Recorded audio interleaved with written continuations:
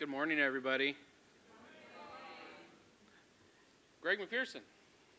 He doesn't need an introduction. He's an urban forestry superstar. His research underpins almost everything we all do. So, and he's kind of a cool guy, too. So, a little bit kooky. Thanks, Greg, for being awesome.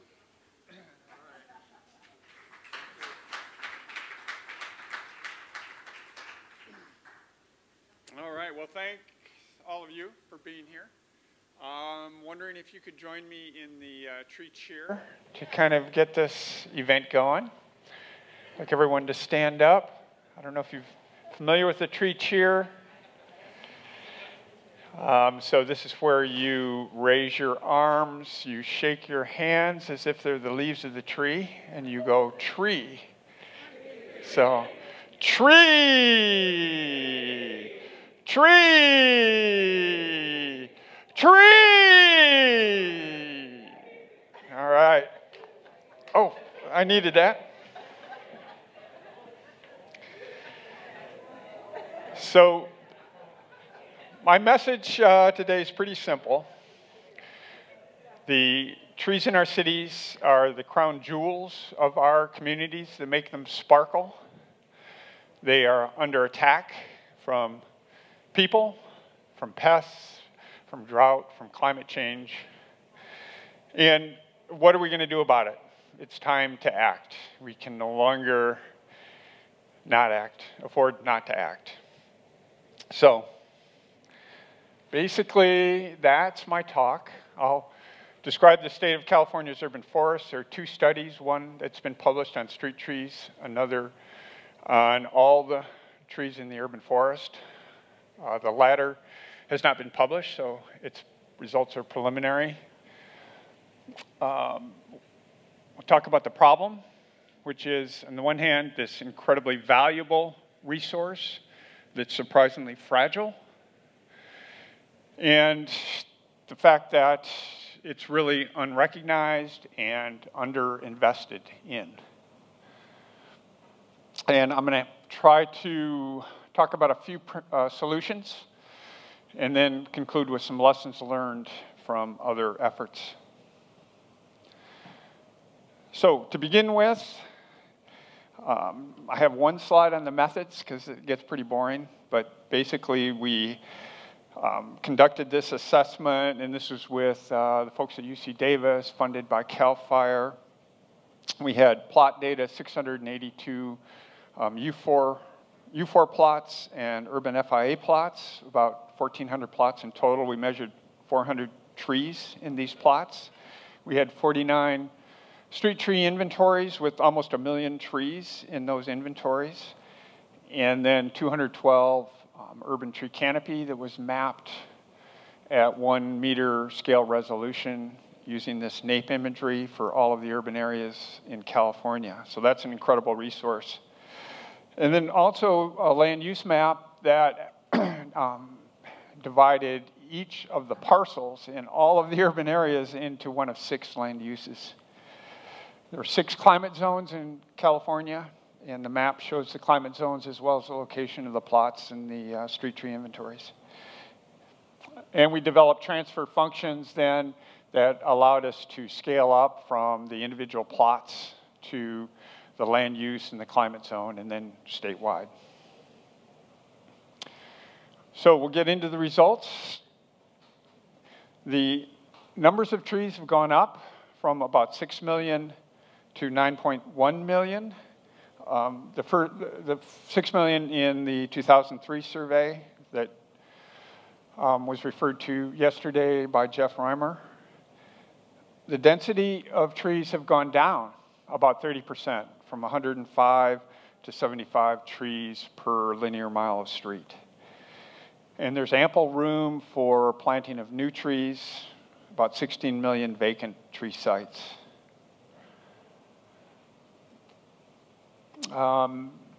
This came in the Climate News Network in London, UK, and they talked about the street value of California's trees at $1 billion. there was $5.82 returned on every dollar spent in managing street trees in California, assuming about $19 spent per tree per year. The total value benefit's about $110 per tree per year. So, as I said, an incredibly valuable resource. It's working 24 hours a day, 365 days a year on behalf of our health and well-being. The urban tree canopy analysis throughout the urban areas of California, overall canopy cover was 15% in California. There's about 108 square yards per capita. And where do you think California would rank among the 50 states? Dead last. So our crown jewel is in need of some expansion. Is that on the per capita basis? That's per capita, on the per capita. So, you know, Vermont would be up at the top, but we're less in Nevada, less in New Mexico, less in Arizona, or the Great Plains states, which don't have many, yeah. And I know you're familiar with the research. It's showed the relationship between the amount of tree canopy cover and other socioeconomic status indicators. So we have an uneven and maybe inequitable distribution of tree canopy, which is another issue to address. So the number of trees is estimated at 173.2 million. In the urban areas of California, it's about 5 trees per capita. Oak trees and cherry are the predominant species based on abundance.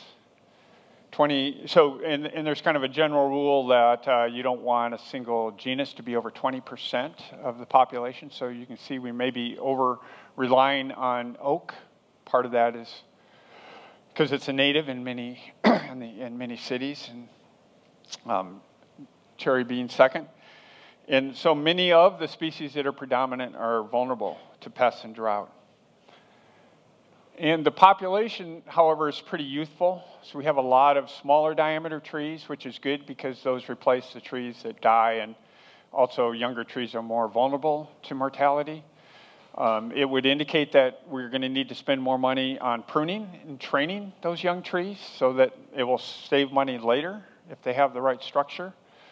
And that hopefully we're picking the right trees because we have a lot of young trees, and if they're trees that are not going to be well adapted to climate of the future, which you'll hear more about from our next speaker, we're kind of shooting ourselves in the foot. Right, what kind of cherry? So this is a genus.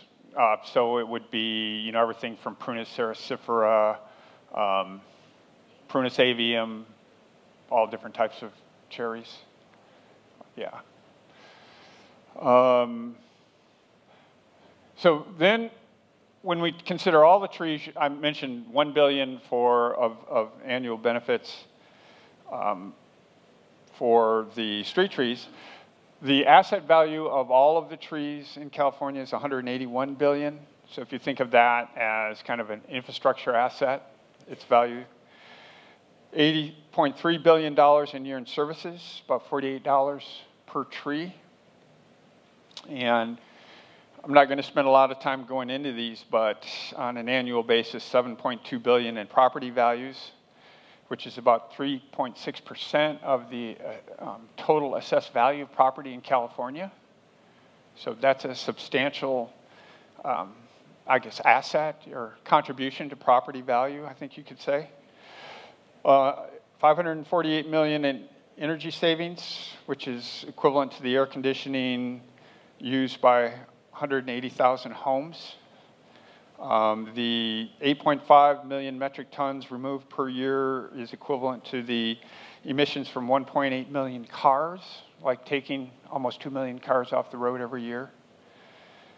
And the interception of rainfall, which is valued at over $300 million, is equivalent to the potable water used in 424,000 homes. So there's about $2.20 returned for every dollar spent on these trees. So there are a number of welcome trends in the urban forest when we compare what we see now with the last survey in 2003.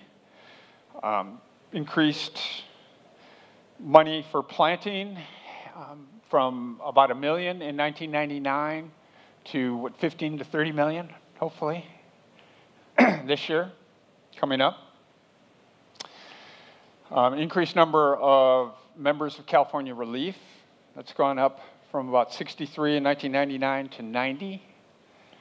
And increased number of Tree City USA awards from 103 to 149, with the average amount spent per community on their tree program increasing to $11 per capita. So those are all positive trends of growing recognition, awareness, investment, in a sense, in our urban forest. But then there are some disturbing trends, beginning with declining tree budgets for municipal tree care, $3 to $2 per capita between those survey dates. The number of communities reported to be removing more trees than they plant, increasing from 18 to 22%. The planting of more smaller stature, short-lived trees, declining tree diversity. A study done by Dave Nowak, which found that from 2005 to 2009, the city of Los Angeles was losing about 667 acres of canopy per year. And we have this prolific shot-hole borer fusarium disease complex in Southern California.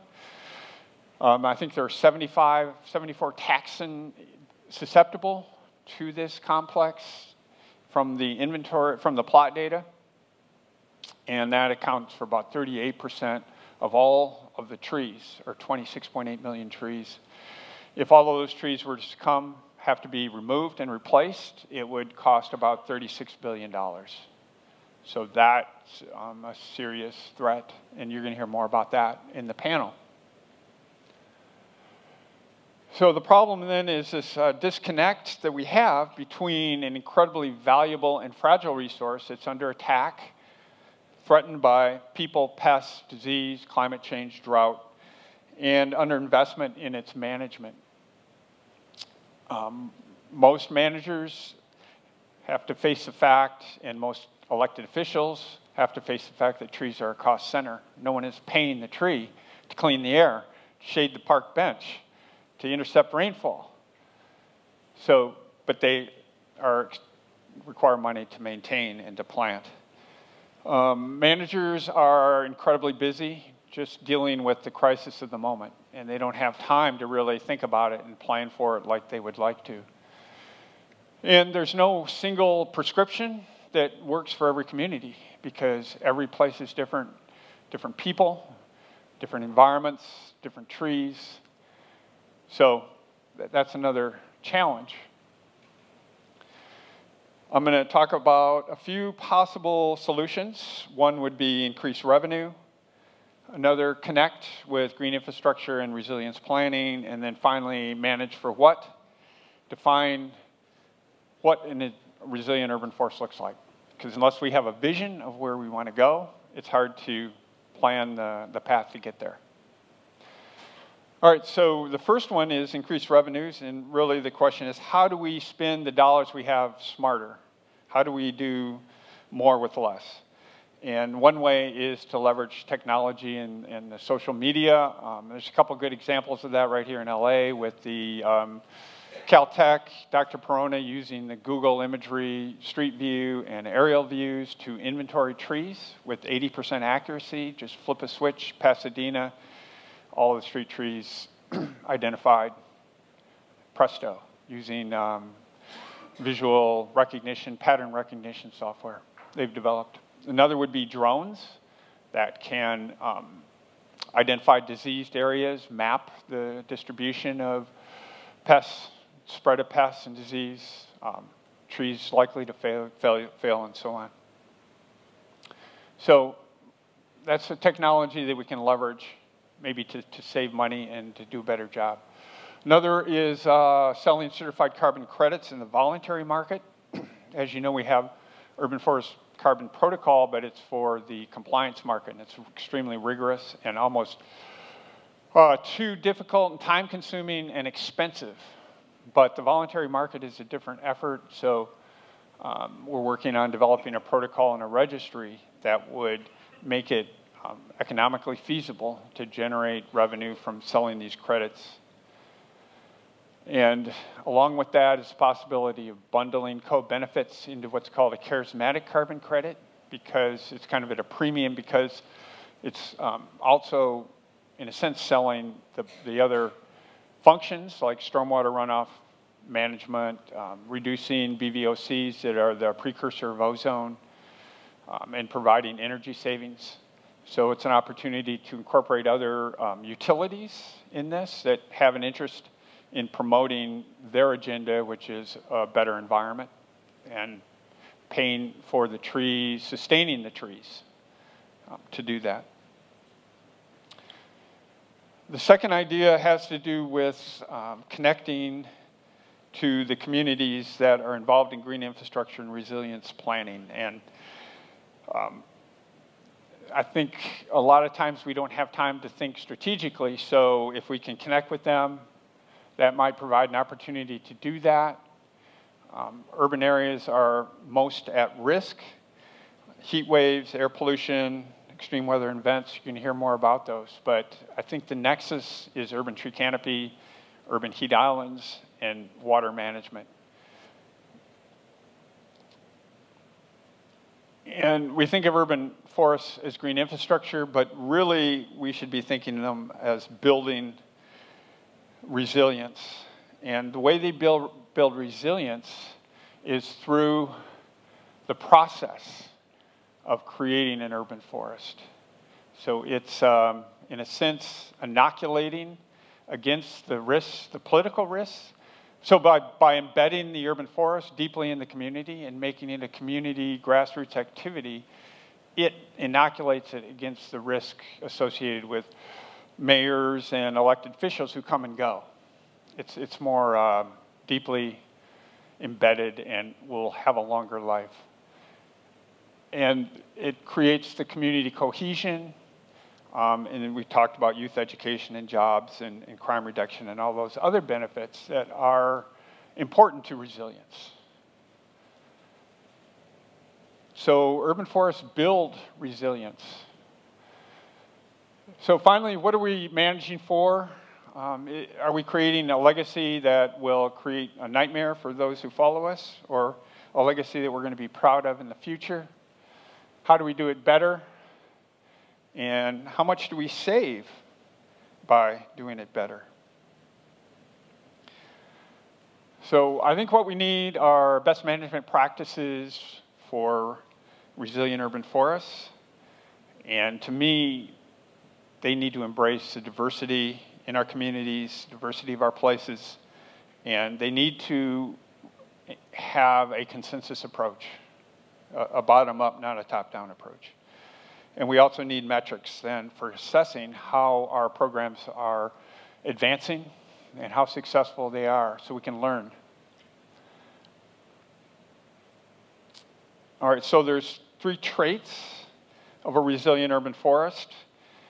The resilient resource that's delivering a high level of services, a resource that's mindfully managed, so we're applying science and best practices, support of this resilient resource, and then it's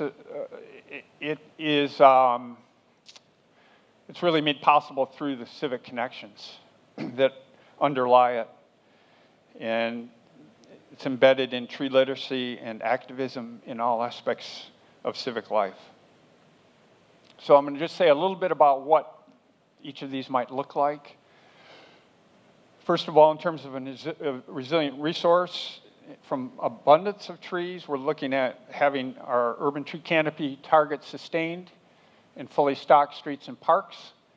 We want species, a diverse mix of species that are going to be well adapted to the climate in 2050, as well as the climate in 2016. And we want to have juvenile and maturing trees dominant. So we don't want a lot of old senescent trees. We want a youthful population moving ahead. And then finally, we want trees that are in excellent good health. We want to have a monitoring system that's in place, and we want an infrastructure that's capable of responding to the crises that are going to keep recurring from pests and threats and climate and people. So we need to build that capability to respond rapidly to each of these threats. A resilient resource doesn't happen by chance. It's only a result of your continued commitment. Mindful management. So to me, this would be embodied by the idea of urban tree canopy campaigns. And these campaigns would be integrated with land use planning, policy, transportation, economic development, public health, and so on. There would be ordinances that kind of point the way to targeting the canopy that we want, both through preserving what we have, as well as adding new canopy. And there would be a stable source of funding. And of course, we'll have master plans. The key thing being prioritizing, are we going to spend money planting trees, or are we going to spend money pruning those vulnerable trees that are about ready to fail, that are over mature? We want to protect our veteran trees, planting, young tree care, removal and reuse of the wood that we harvest out of the urban forest, and of course, optimizing benefits and minimizing costs. So mindful management doesn't happen by chance. It's only a result of your continued commitment. And then the last component really is the Civic Connections, informed and active citizenry. So it's a group like you, the advocacy groups, the nonprofits. It's youth education, where tree literacy really begins in the schools, in elementary schools, and spreads out into the neighborhoods from the schools. And it's providing a skilled workforce and quality products, a continuing improvement in our practice and the level of skill of our professionals, and more jobs and career opportunities. So these civic connections don't happen by chance, but they depend on your continued commitment.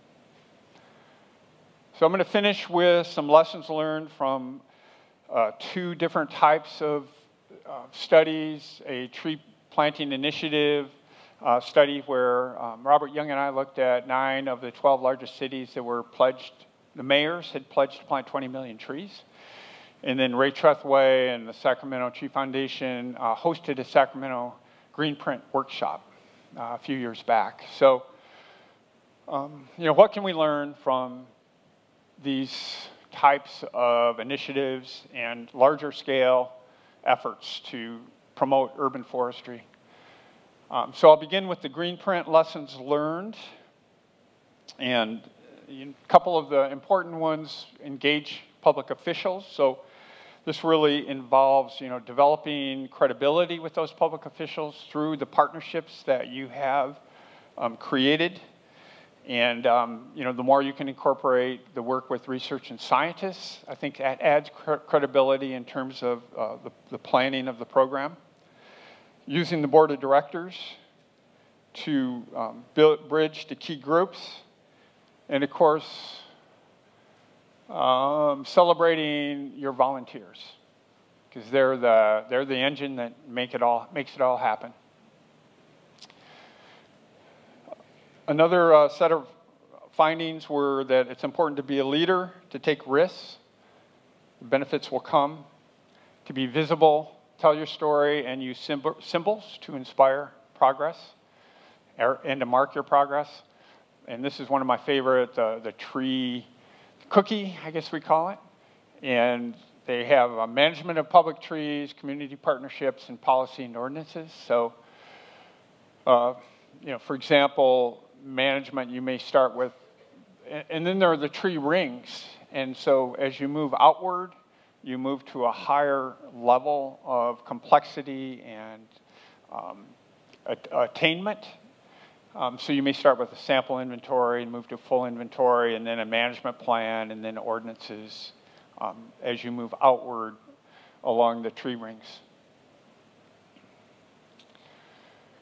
And finally, be patient, because perseverance will pay off. And then the study that we did of the mayoral tree planting initiatives asked the question, so is this kind of greenwashing, where we're trying to plant trees to look good, like we're environmentally aware, but it's not, we don't really care about it? Or is it really expressing a deeper commitment to sustainability? And we did find that there were presence of overarching goals that involve climate and air quality and water. So in many cases, they weren't just kind of a greenwashing type of idea. And they really did develop collaborative constituencies that involve public sector, private sector, and nonprofits as well. Were they effective in planning? In some cases, some approaches worked. In other cases, they didn't. Some of the things that really did work well were 2 years maintenance contracts, for example, instead of just 1 year. Contract growing, where in New York City, for example, they had enough money that they could get the nurseries to grow the trees exactly the way they wanted them ahead of time, because they kind of banded together.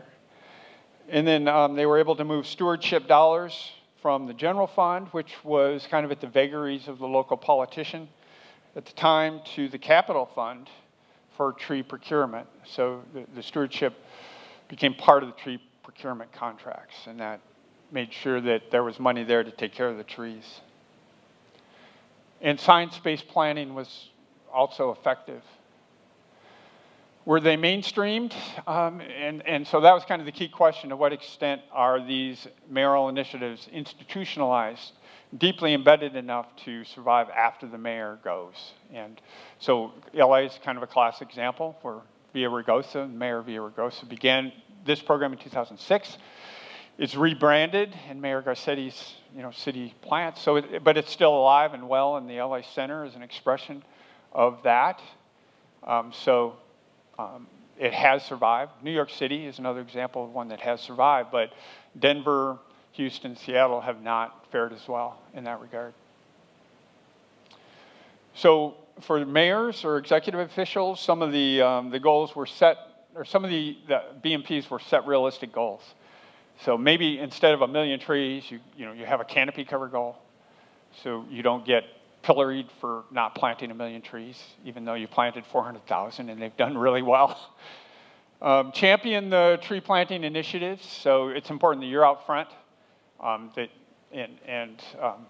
promoting it in the public and with fellow politicians. Demand interdepartmental support and coordination, because if you don't demand it, all of the little silos will just continue functioning as silos. And of course, lead the fundraising effort. And then from a management perspective, it's important to create early successes, to establish these strategic partnerships for planting, stewardship, public relations, and funding, to develop a plan to lead you forward, and of course to report accomplishments. So these regional green prints, these tree planting initiatives don't happen by chance, but they really are a result of continued commitment. And that's where you come in. So in summary, what if the hokey pokey is really what it's all about? Then all of this really doesn't mean anything.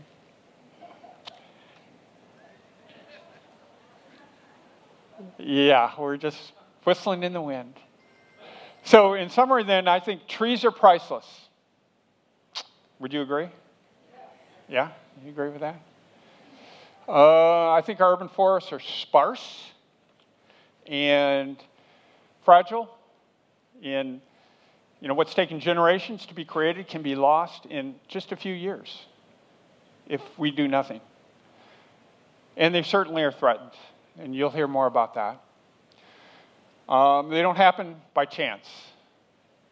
So it's really all about you, your commitment. see the future and be the future.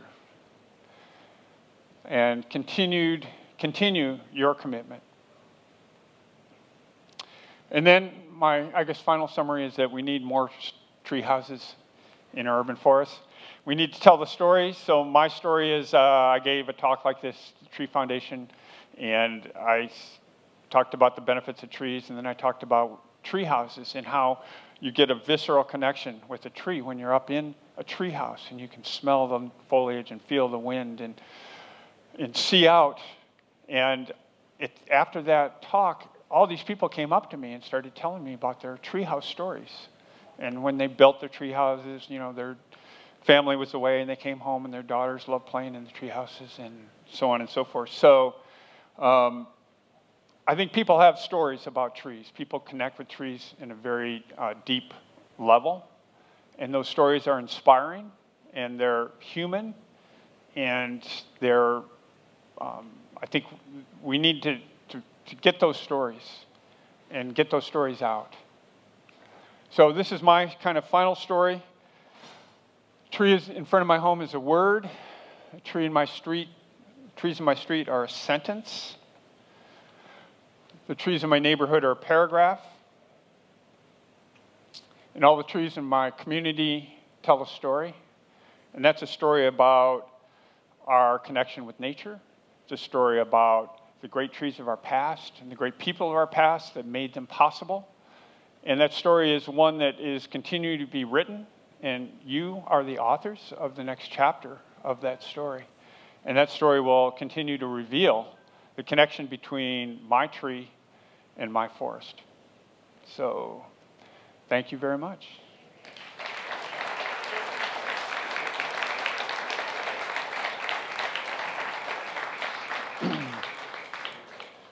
Okay. I don't know if we have time for questions or...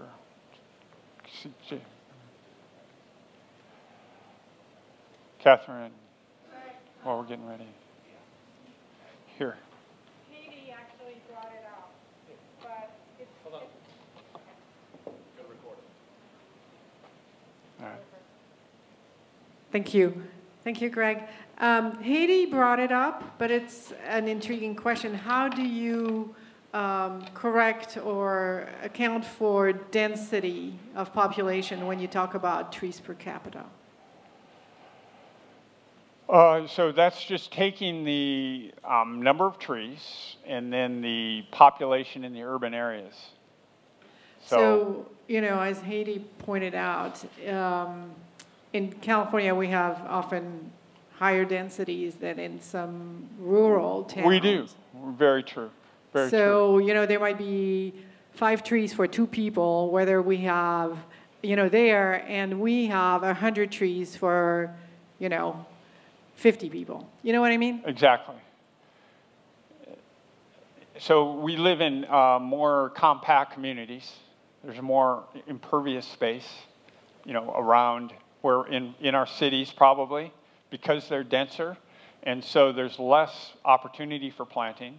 So a goal for us in terms of trees per capita would probably be, and maybe for canopy per capita would be less than it might be in an area, you know, that has larger lots and more spread out development. So I think that's a very valid point.